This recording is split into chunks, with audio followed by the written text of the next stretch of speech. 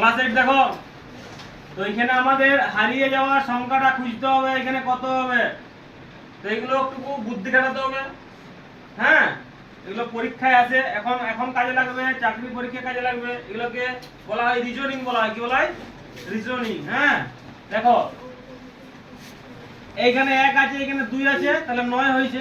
এইখানে 2 আছে, এখানে 3 আছে, এখানে 35 আছে, তাহলে এটা কত হবে?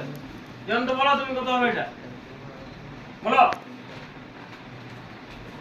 একের স্কয়ার করলে হবে, একের স্কয়ার তো 1, 2 এর স্কয়ার হচ্ছে 4, তাহলে 4 কে 5 হয়েছে, তো 9 হয়েছে না?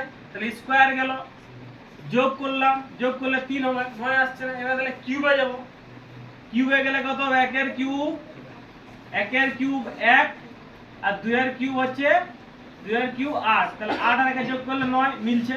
এবার এটাও দেখতে হবে আসছে কি না। 2 এর কিউব কত রে? 2 এর কিউব 8, আর 3 এর কিউব হচ্ছে আমার 3 এর কিউব হচ্ছে 27, 8 আর 27 যোগ করলে আমার 35 হয়, তাহলে মিলছে। তাহলে এটাও সেরকম হবে। 4 এর কিউব কত?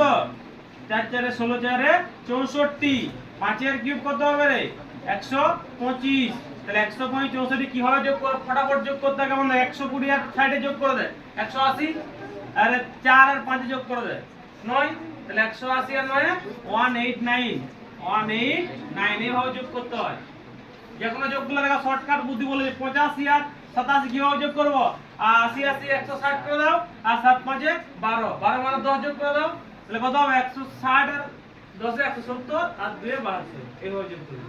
ঠিক আছে? হ্যাঁ, এইভাবে করতে হবে। ঠিক আছে, বসো।